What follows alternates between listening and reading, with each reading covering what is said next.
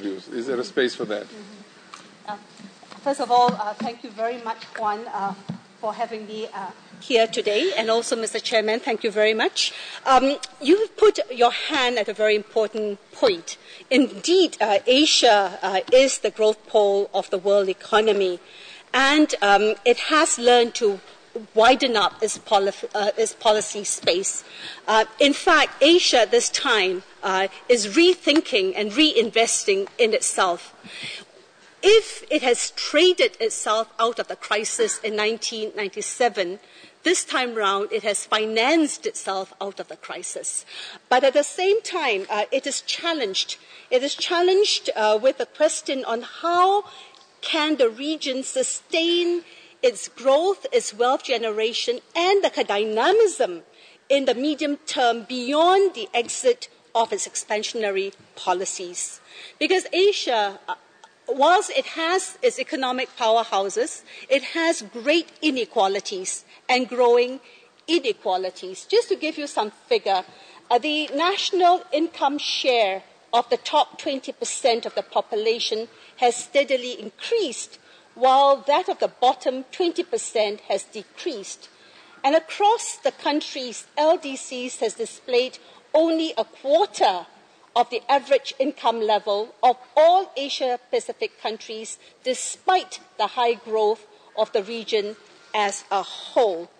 Now, the fact that it cannot trade itself out of the crisis precisely because the developed countries have to restrain their debt fuel consumption in coming years as they unwind their global imbalances, Asia is rethinking itself in terms of how does it generate alternative sources of demand.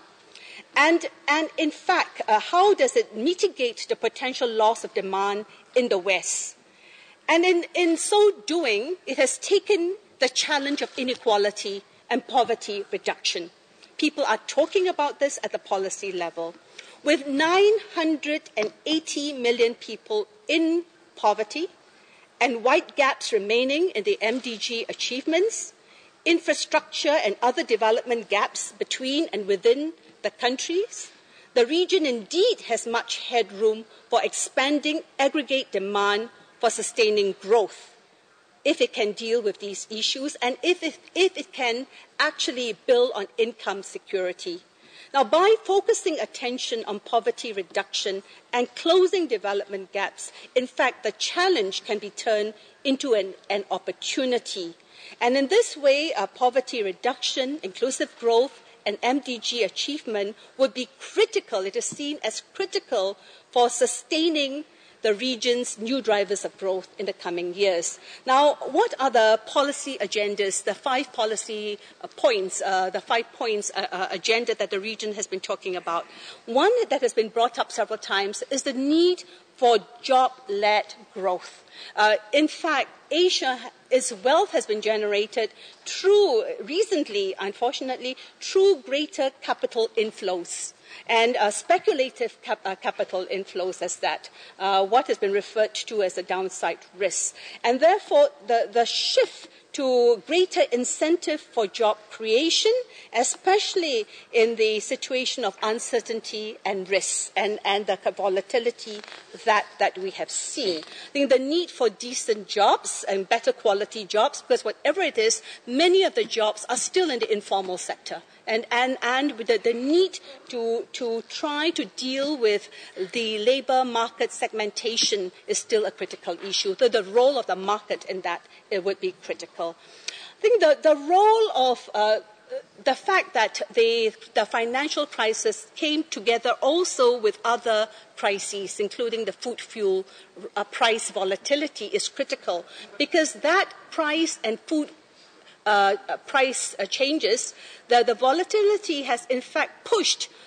in 2011 alone 42 million people in Asia back into poverty, even though the high growth in China, in India, and in the middle-income countries have gotten more than half of the people out of the poverty equation. And therefore, to reverse the neglect of agriculture in public policy is something that many countries are doing, focusing on agricultural growth and on rural development, because many of the poor people are still in the rural sector. And therefore, investing, especially in small farmers and in food security in the context of sustainable agriculture. In fact, countries like Indonesia is in fact talking about a new green revolution based on sustainable agriculture. I think the third issue that's on the policy agenda is actually financing for development, building the capacities of the least developed countries through inclusive financing, and the poor through inclusive financing to build up their productive capacities so that they can actually participate in the market.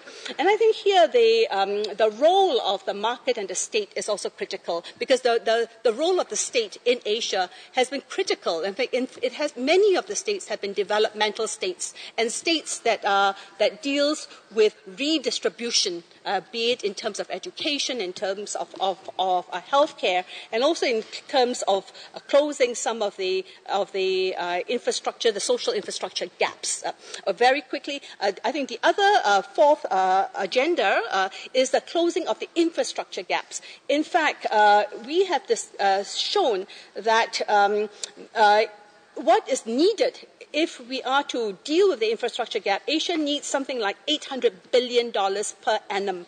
And these are huge investments that has brought into play public-private partnership, but also a rethinking about how do we develop a regional financial architecture that could not take place in the 1997 financial crisis, because the Monetary Fund at that time was not very supportive of it. But what are the elements of this regional financial architecture that can actually use the reserves that were accumulated from the 1997 financial crisis of over $5 trillion, and how to, in fact, use this to invest in closing the development gaps, including the infrastructure gap. And finally, the development of a regional market, stronger regional market, and open forms of regionalism in the context of globalization.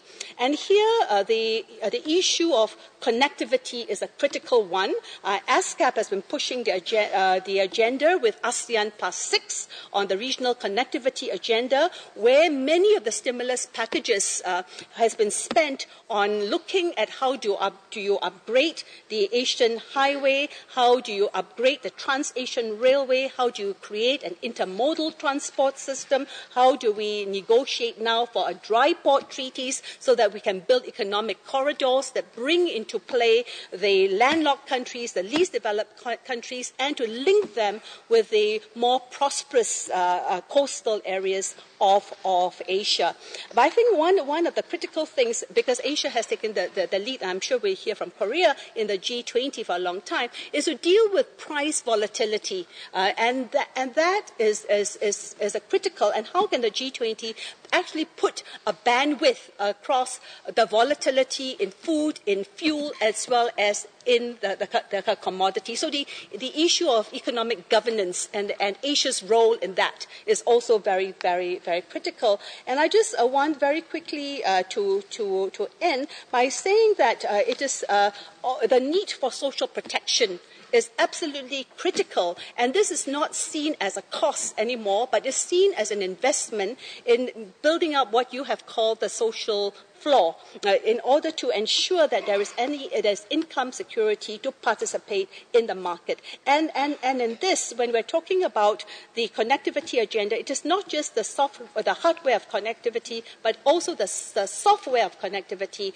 where there is trade regimes being integrated, because there are the noodle bowl effect in Asia, where many countries trade at the bilateral level. And here, I just want to say that the software of connectivity, and I would end here, has to take into account the changing population patterns in Asia, where there's also an aging population together with the rise in youth population in some countries. And therefore, the issue of how do we invest in the care economy is critical as well. So let me stop here. Thanks a lot, Noreen, for a very comprehensive answer. I think